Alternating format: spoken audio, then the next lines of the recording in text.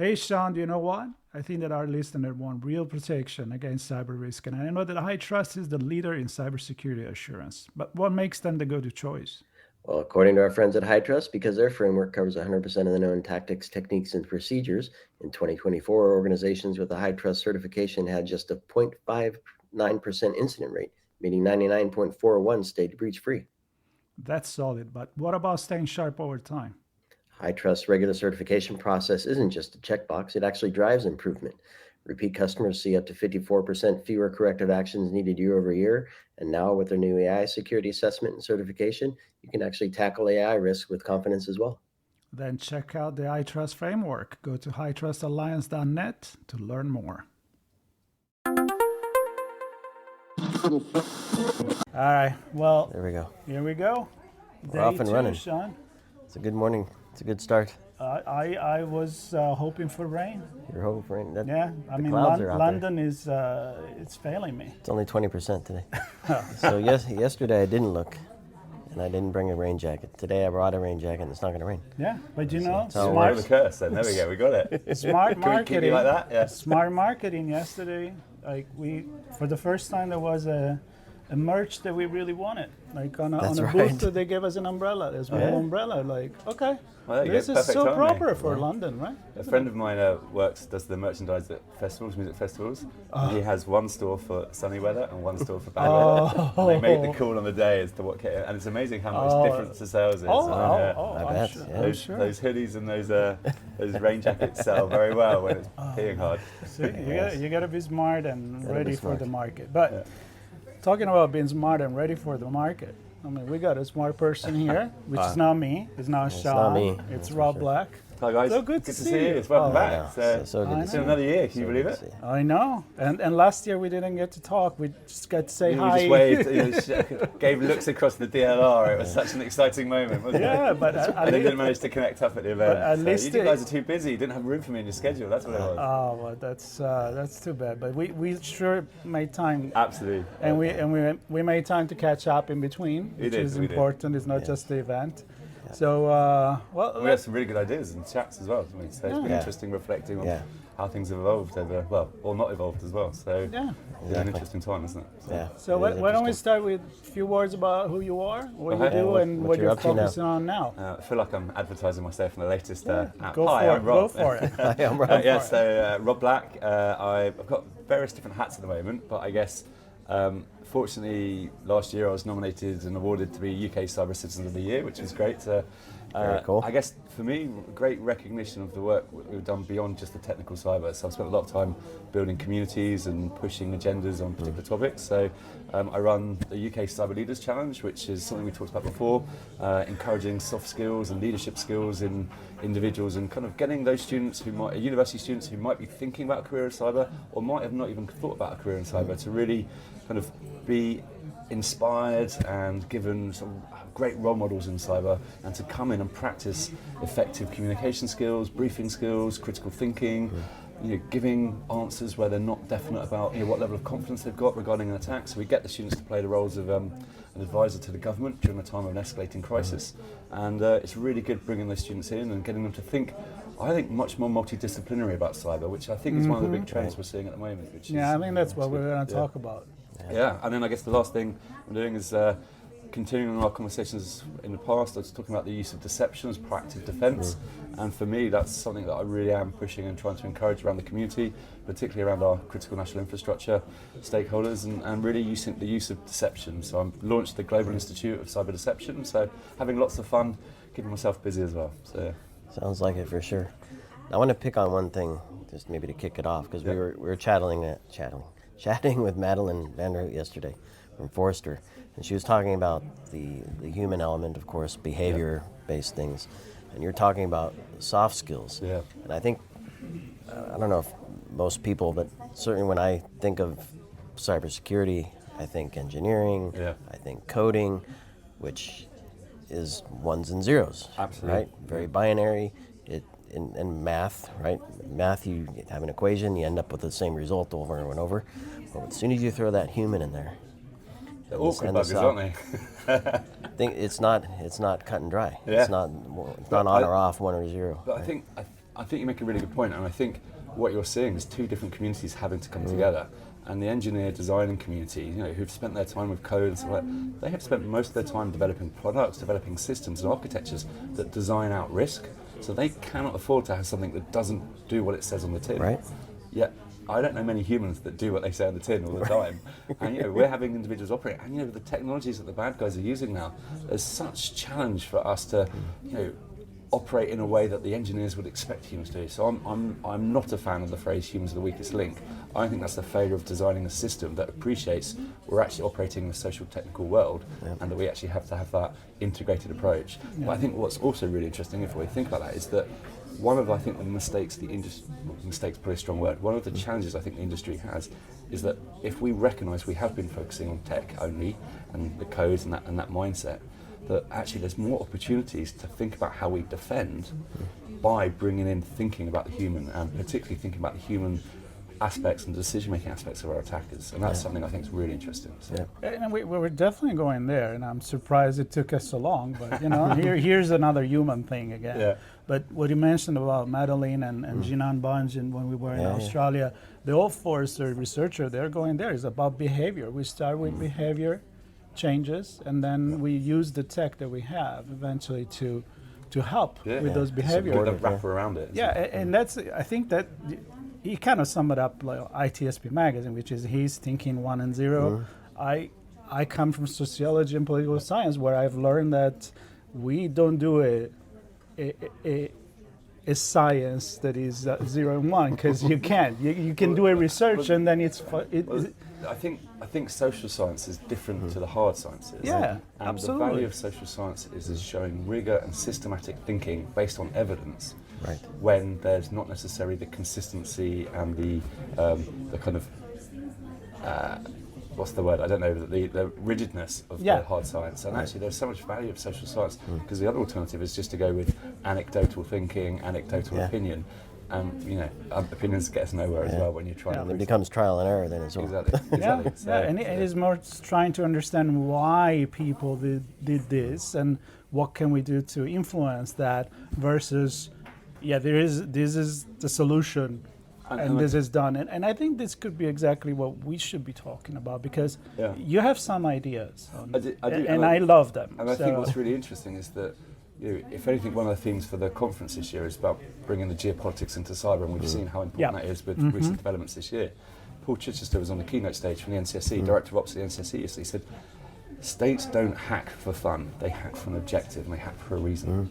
So what is that reason? And as a CISO, or when you're communicating to the board and you're talking about the threats that you're facing, if you are not bringing that thinking in, then you're missing an opportunity to capture the risk language that your board need. But I also think beyond that, if we come back to that, you said decision making, so I'm not my technology, see I'm not very good with tech at the best of times. There we go. As we talk about this challenge of humans, if we take threat as the definition of capability by intent over opportunity, I think that sums up the cybersecurity space or cyberspace very well. So I would argue the majority of cybersecurity measures are focusing on reducing the vulnerabilities in our systems, designing a secure system.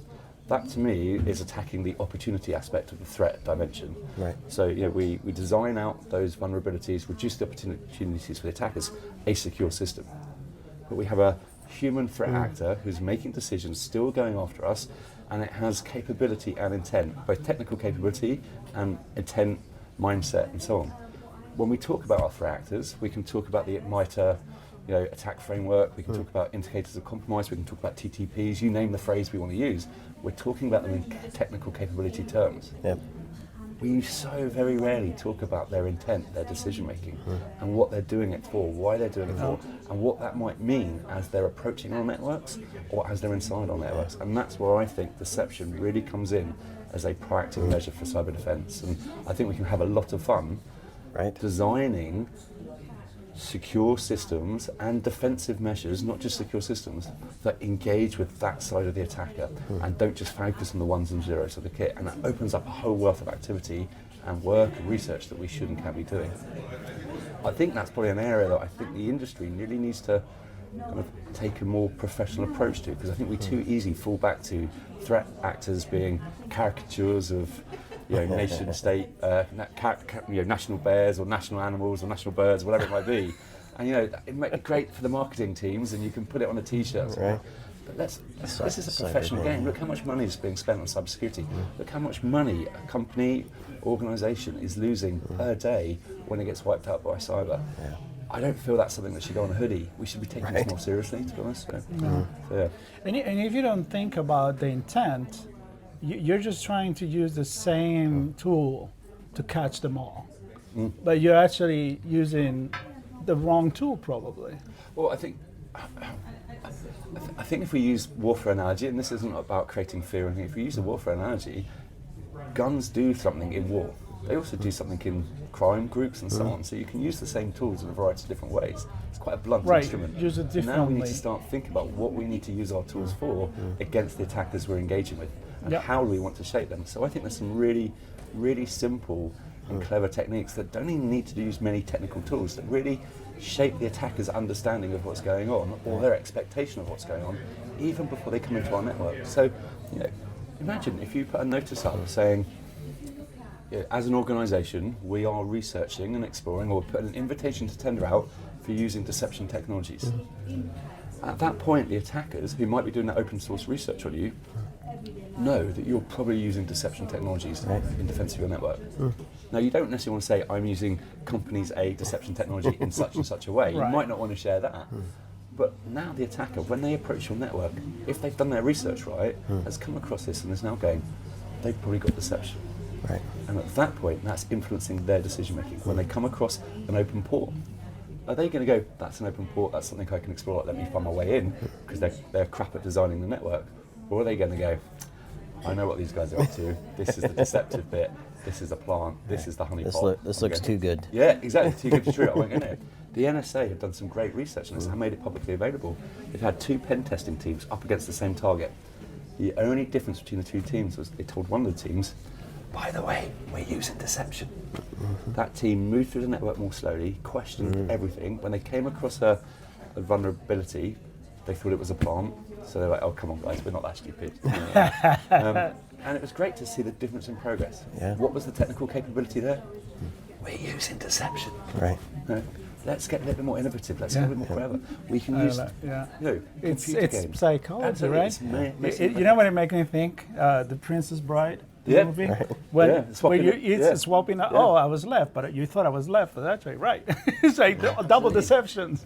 I think there's some really simple ways we can do this, and We're human. Well, and they're human too. That's it. Exactly. Right. So we talk about indicators of compromise. We know quite quickly from an attack, based on the indicators of compromise, who the attackers likely could be. It could be APT 67 or APT 99. So why can't we design our networks to look like they've already been compromised by the biggest, baddest, scariest APT there is? So that if some other APT lands on a network, they go, oh, we might not be a bit scared by the FBI, we might not be a bit scared by the law enforcement around the world, but we're scared by this organised crime group because they're going to come we after don't us. want to. Yeah, I mean, that's traditional kind of gangland policing techniques to kind of create that distrust between groups and so on. We could bring that in. We could look through novel domains and bring novel techniques into cybersecurity if we think beyond the ones and zeros of just defending against the technology. Right. I love that. Well, it's interesting. What's going through my mind is the culture of the groups and organizations that use these tools, these weapons, if you will, and the cultures that they interact with. Yeah. I'm just thinking of the guns again. They're different groups around the world have different cultures which accept or use them to do their intent, right? And they have an intent to use the gun to. And you wouldn't think anything was wrong with including that thinking in your strategies within those groups. But when it comes to bad guys in cyber, we see them as faceless hoodie-wearing hackers or dressed up koalas, or no, that's Australia, they're good guys, sorry, evil bears or pandas or whatever it might be. And we take away. That's a new threat group. Yeah, I was going to say, I don't want the Aussie government coming after me now. They are not a threat group.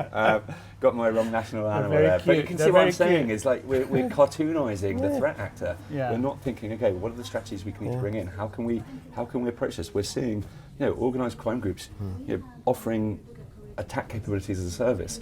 setting up, customer service relationships with clients. Yeah. Can we not disrupt that? We all know what it's like when we're stuck on a phone waiting for the client or waiting for the customer service desk to respond. Can we not, could we not DDoS or disrupt that's a bit too offensive, but could we not clog up their customer service with additional requests so that their clients can't get the support they need? Right. Let's be a little bit more innovative. So- Within the realms of ethical considerations and legality, I think there's a conversation here to be had about how can we disrupt their thinking, how do we disrupt their decision-making processes. So I know that we're going to have so many more conversations because we have so much to talk about, and not just while we're here. Sure. But we're going to carry it on We haven't talked about virtually. the AI sex bots yet. I mean, come on. That one is going to come on redefining society and technology for sure. But there was something that you mentioned a few times on like how do we need to promote this industry in a much more creative way. I think you were kind of going there, and I'm kind of picturing myself into this. You mentioned the gaming industry, the movie industry, and yesterday we talked about the tipping point. What can be something that make a difference, a dent into this need of resources, human resources that we need. Well, I might say something a little bit controversial here, but why not? That's what we're here for. Yeah, isn't it? I mean, I think the cybersecurity industry is in danger of becoming a bit like the big pharma industry. We are searching for, or we are creating tools that we wish to sell. And, the products community, the vendor community are pushing this hard, helping people with the problems that they've identified that they want to fix with their tools. Right. But actually, are we looking at systemic ways of reducing the risk? Are we looking at that? Often that's quite a boring activity, governance and risk compliance processes and so on. But actually, I don't think in this fight against cybersecurity we can say we're winning collectively at a nation-state level, at an international level, at an organisation level. I think some organisations are very well defended, well secure, and well designed for resilience. But it also still feels like it's a matter of time. It's whack-a-mole from the bad guys' side. So, we're seeing tier one threats to national security coming from cyberspace. We're seeing cyber on the international agenda. We're seeing cyber in the boardroom agenda. So it doesn't feel like we're winning. We're spending a lot of money. And I think we've got to make sure the industry doesn't fall down the pitfalls of big pharma, where we're just designing the next pill rather than actually looking at what are the symptoms, moving away from what are the symptoms and trying to address the systemic problems. Right, which is a bad way of thinking of it, but it's unfortunately I believe it's true. Yeah, I think some of the interesting. When the money and what's your next quarter looking like? You dehumanize. Yeah, again, it's the same issue again, isn't it? Dehumanizing the customer problem, just to focus on the. Now that's think about health. Stereotype. Think about health, though. It's not just pharma. Yeah. Right. Yeah. Pharma's the potential. Well, maybe there's some preventative, but it's usually something bad is happening. Yeah. We're going to help clean that up or treat the symptoms. But there's healthy eating. There's exercise. There's being around people that you're comfortable with and having conversations. There's all the other human. The prevention. That the physical company health is an entity. Combined with the mental health. It's the same issues in Exactly. cyber as we talk about. And we use the analogy of viruses, infections. Right. We use the language of health. So if we do use the language of health, let's think about those other dimensions of health that we can bring in. Yeah. What's the one health equivalent in cybersecurity? How do we bring body and mind into alignment in cybersecurity? I think again, let's just tease out that analogy and take it a little bit further. I think the challenge is that it doesn't necessarily sit with where the money is, with the startup, fail fast culture, tech culture, develop next product. That's where I think we're close to, or potentially dangerously close to falling into that trap, because individually the tech world is driving their development for the right reasons, but we're not taking a more holistic approach, and states are struggling with that because who's responsible for cyber, how does it sit across international organizations, all of those geopolitical questions come in and hinder it again. What's interesting, Marco loves it when I do this, but I don't know, it's important. I think 25 years ago, partnered with IBM to build what was called the digital immune system, which was an AI-enabled thing that looked at the health of the internet down to a particular organization. So 20 plus years ago, AI technology being used. So it was being looked at then. Yeah. I think it fell apart. But I guess my point is, maybe we're in a better place now with new AI and maybe more open data sets where we can actually get a view of the state of the health of But I think the bigger exactly, ecosystem. looking at how AI is disrupting the health industry now, you having data-driven medical Right. support rather than we think this drug will work for you. Now we're looking at your data. Your watch is giving you everything. Your sleep ring is telling you how many hours. So you are getting a holistic data set that you can now interrogate and get the right solution for you. Right. Again, we could be applying that. Exactly. Yeah. But, and I'm going to close with this, I want to bring it back to the human, because once again, the bottom line here is that if we can create a behavior, and I'm going to go back to Yeah. modeling, and then we can use these tools in a better way. Yeah. Like, you know what I'm But only, thinking? only Like, the ones you need. it just needs to get ingrained the fact that we live with technology, Yeah. and with technology, we gotta live with cybersecurity.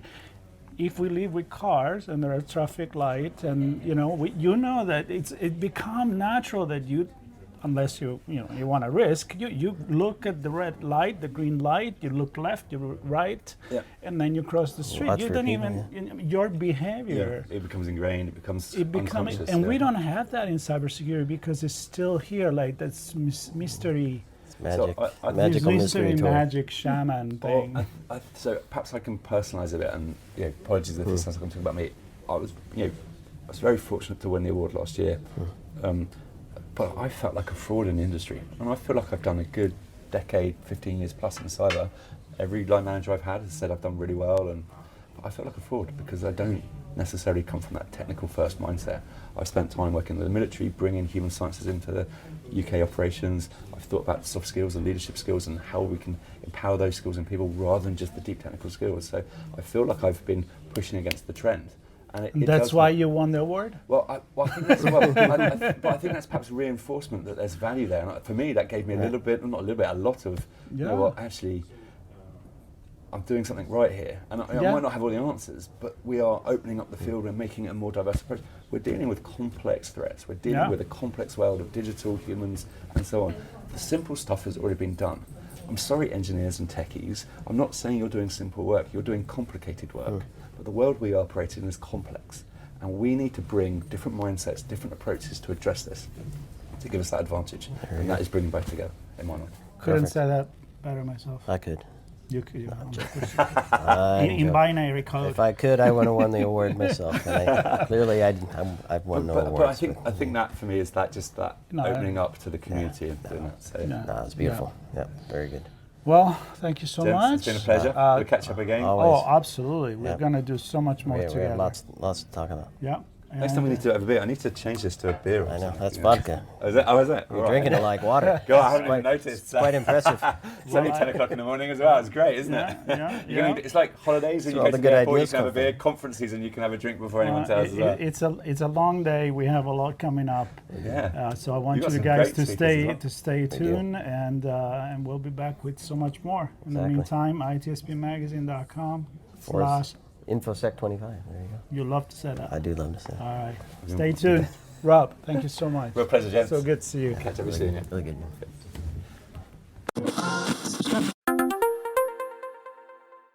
Hey, Sean, do you know what? I think that our listener want real protection against cyber risk, and I know that HITRUST is the leader in cybersecurity assurance. But what makes them the go-to choice? Well, according to our friends at HITRUST, because their framework covers 100% of the known tactics, techniques, and procedures, in 2024, organizations with a HITRUST certification had just a 0.59% incident rate, meaning 99.41 stayed breach-free. That's solid, but what about staying sharp over time? HITRUST's regular certification process isn't just a checkbox, it actually drives improvement. Repeat customers see up to 54% fewer corrective actions needed year over year. And now with their new AI security assessment and certification, you can actually tackle AI risk with confidence as well. Then check out the HITRUST framework. Go to hitrustalliance.net to learn more.